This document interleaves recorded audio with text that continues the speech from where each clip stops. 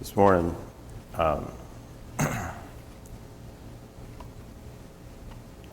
it's a brief message, but I think it's more of a reminder to us of just who we are in God's eyes, and I think that that's a really important message that needs to be out there right now, especially with everything that's going on. So I'm going to kind of go from one end to the other here, back and forth a little bit, starting in Exodus chapter 2.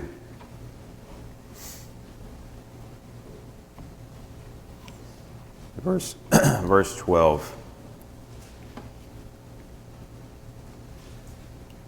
I have them up here too, so I can get this to work. There we go. And he looked this way and that way, and when he saw that there was no man, he slew the Egyptian and hid him in the sand. And when he went out the second day, behold, 2 men of the Hebrews strove together, and he said to him that did the wrong, Wherefore smitest thou thy fellow? And he said, Who made thee a prince and a judge over us? Intendest thou to kill me as thou killedst the Egyptian? And Moses feared and said, Surely this thing is known. We see a lot of this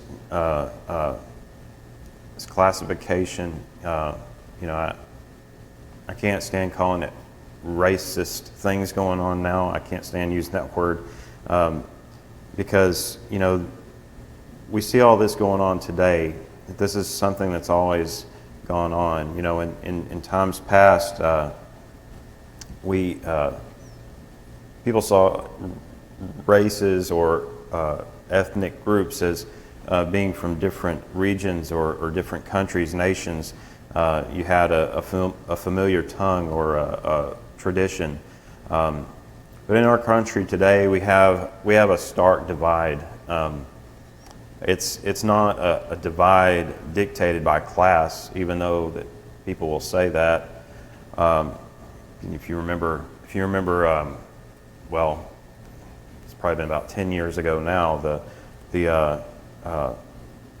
Was it the Occupy Wall Street or Occupy movement that came about, and it was the 99% against the 1%. So it was the poor against the rich, and that was pushed for a little while, and there's still remnants of that now.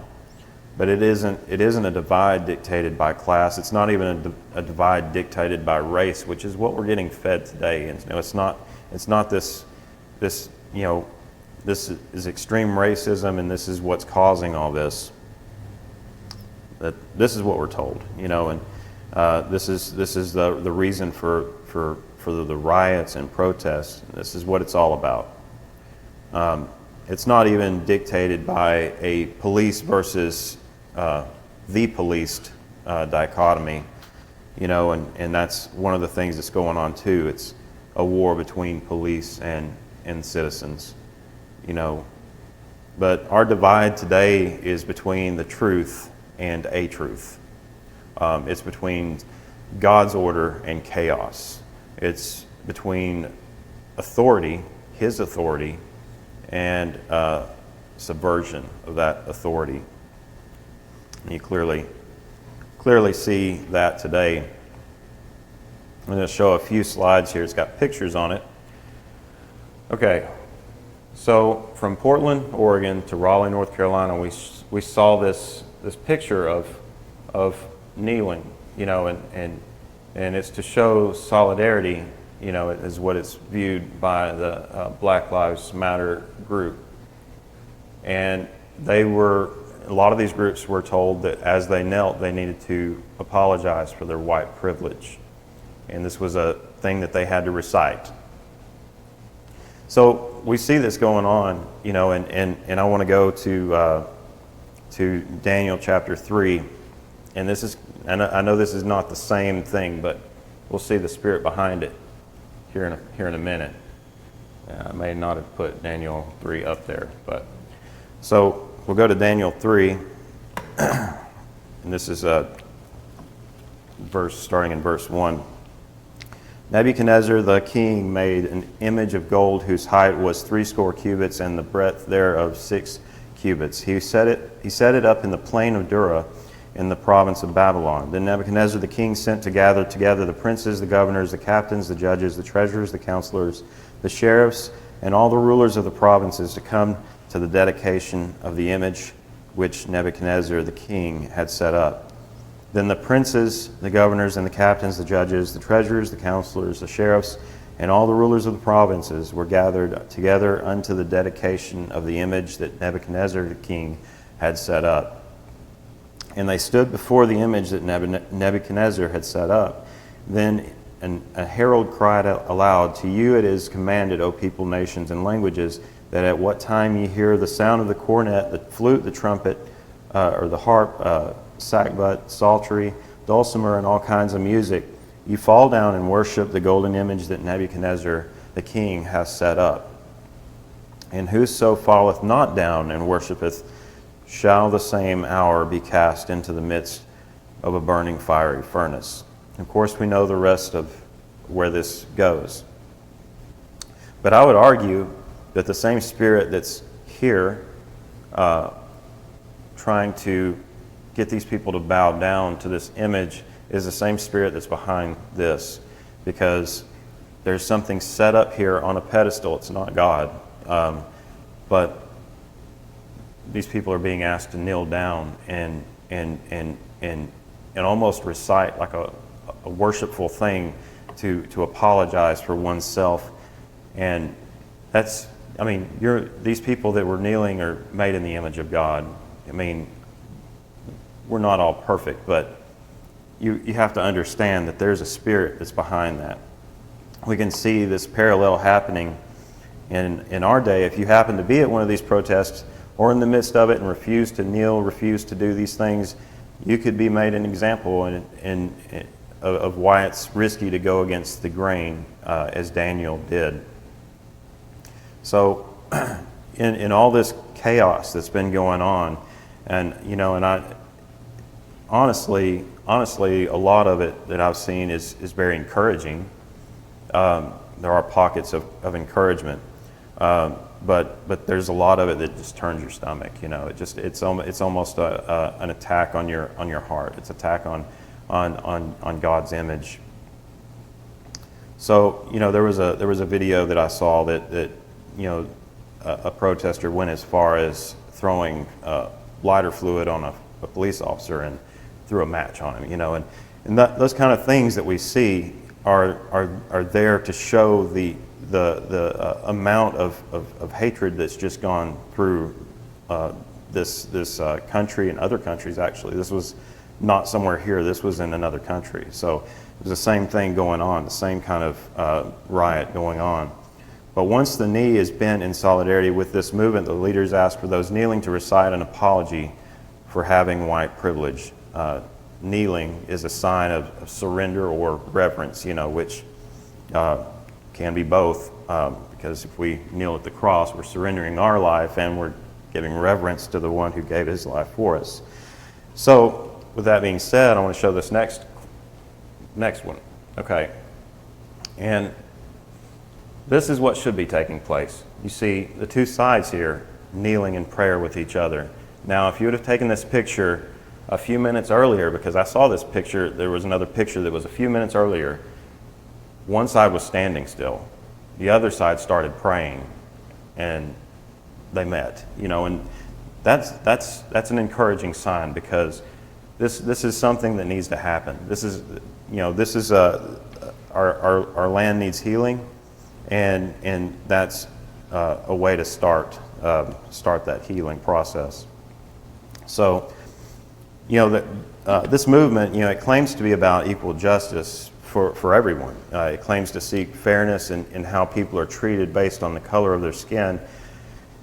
I know that there is real racism, because I've seen real racism, and we've all seen it now. We've seen it in action. It's real everywhere. If you go to South Africa, you see the reverse. You see white farmers targeted constantly because they are white.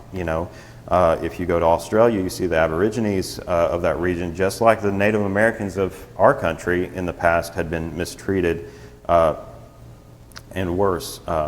There is a problem. This is a problem, and as I've heard before, it's not a skin problem; it's a heart problem. This is what we're not told by those who have the loudest voices at the moment.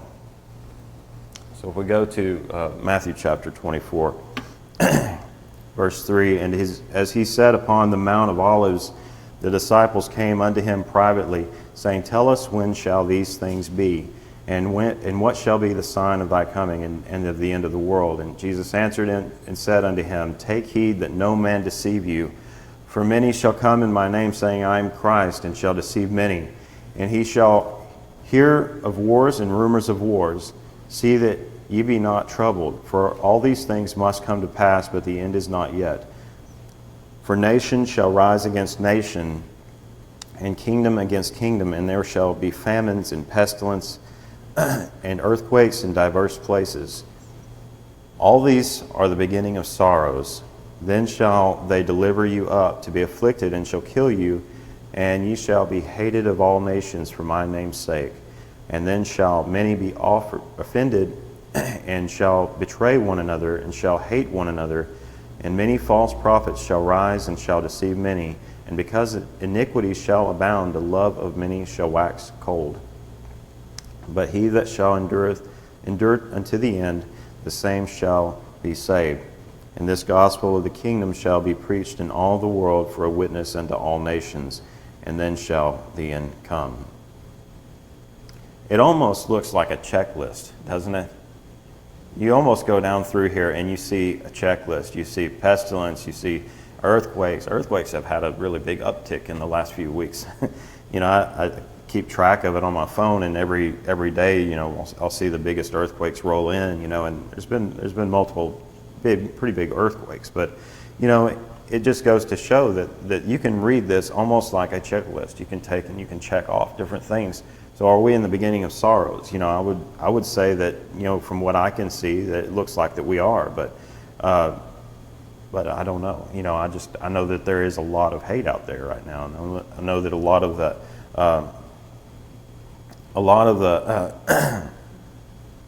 the love has indeed waxed cold because of some of these things that have come up. So we're told that we're different. So I showed this last or 2 weeks ago, this one slide. This is how we're different, apparently. Does this look familiar? Anybody seen this before? Okay. And I kind of had a little bit of an argument with someone on social media. I try not to do that because there's no winning on there. You get on there and you say something, dogpile. So, this guy was trying to say something about race, and I said, look, if you want to refer to race, Darwin, that's a Darwinian thing. And this is the races that he believed, and that's the correct order. On top is the Caucasoids, and on the middle, Mongoloids, and then at the bottom, Negroids. So that's the correct order that he believed in. That there were certain races below others. And eugenics took heavily from Darwin's ideas, but Hitler tried to perfect and enact this order of human races or classes through his military might. But you go out today and you see these people talking about racism. That's why I hate the word, because I'll tell you in a minute. Because according to Darwin, this person is right here at the very end. This person is somewhere right in there, and it just kind of goes back. So it destroys the image of God idea. We're all made in the image of God. Well, in Darwin's idea, that if he believed in the image of God, he would say, well, maybe a quarter of the people on the planet are. That's what he would believe. So, enough of that. So who's to blame? Those who are perpetrating and promoting this, what I see as a fallacious idea of race, namely, the big educational institutions. You see the universities, and they cling onto this so hard. It's like you can't pry that. You cannot go in there and throw out any other theory, because this is something that they are based 100% in. This is something that's got to be true. So, I looked up an article. I'd heard someone talking about it, but I wanted to look it up for myself. And I pulled a few notes from it, a couple of quotes, and this is part of it. First, here, to ensure that their sample would encompass the range of human geographic diversity, they used chromosomes from 38 men chosen from every continent. They discovered virtually no differences, despite the fact that genetic mutations usually occur at a predictable rate. So what they did is they did this genetic study, and they took samples from all across the world, all races. They took these 38 samples, and the one of the lead scientists here, he said, biologist, he said, originally we were terribly surprised by the lack of variation, much more alike than we thought we were. We realized very early that meant a recent common male ancestor. Well, guess where that truth is? It's right here. This is where it is. This is a Harvard University biologist named Walter Gilbert. This was in the Los Angeles Times, but this was 1995. This is 25 years ago. This is science. This is science. This is what the universities claim they stand on, but yet they still want to push the whole. We evolved out of this monkey thing, and there was a missing link somewhere, and we think we found it, and they go into all these things to try to push this idea, and so important to them. So 25 years ago, that was published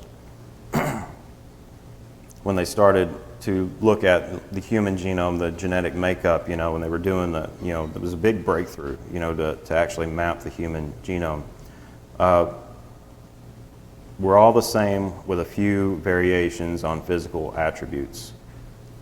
That's a confirmation, of God's image right there, Also, we have a common ancestor. How can the racist theory of races stand against this? We come from one common ancestor. How can there be different races? How can we, well, you're different than me because you got a different color of skin. There's nothing that stands on. It's science done by a scientist at a premier university. There's only one thing behind all of this. It's sin. The evil spirits that are under the control of their master, who is Satan, wants chaos and hate to destroy those who are made in the image of God. This is an attack on God's order. It's an attack on God's authority, and it's an attack on God's image. So their message is break everything, promote fear, promote hate at all costs. Just don't let them know how special and wonderfully made they are to each other. If they knew they were literally all brothers and sisters, they might have compassion towards one another.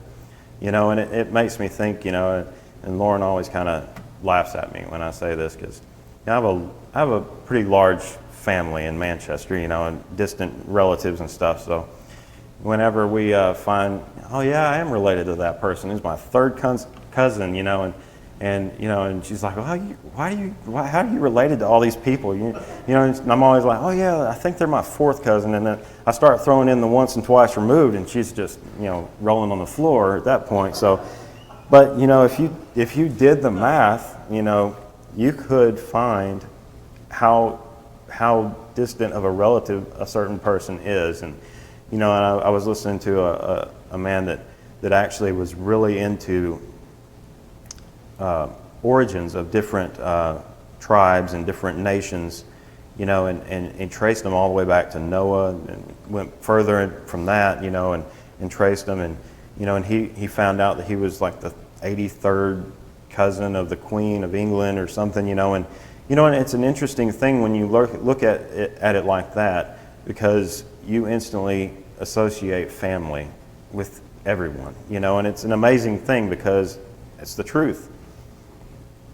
So, the thing that's going on right now in our nation, a lot of violence, and it's kind of died down. I've noticed that here lately the protests and things have been a little bit more tame, but there's been so many people hurt. There's been so many people killed, in these protests. And I understand, that there's justice that needs to be served, but this almost revenge killings and things going on, just chaos and destruction. And in Genesis 4, verse 15, between Cain and Abel here, and the Lord said unto him, therefore whosoever slayeth Cain, vengeance shall be taken on him sevenfold. And the Lord set a mark upon Cain, lest any finding him should kill him. So we get a pretty good answer about what God thinks about revenge in this short example. But like you were saying, a little bit ago, we're marked. And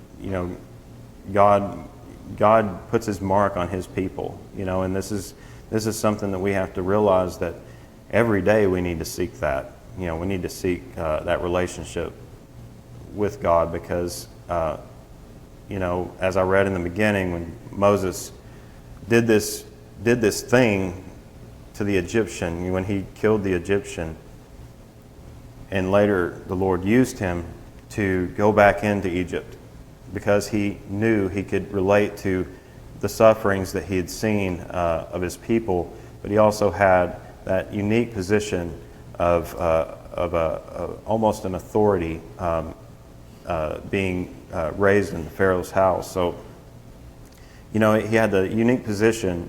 God used him because of that, put him in that spot because of that, but at the same time, he wasn't perfect, and that's what we kind of need to realize.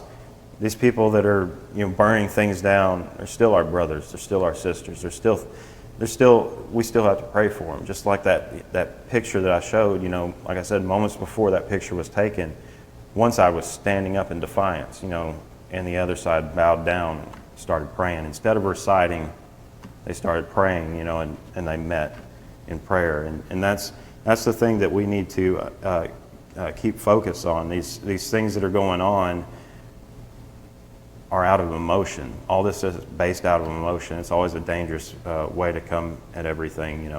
Anytime you come at something with emotion, things are going to get out of control, and chaos is going to rule the day.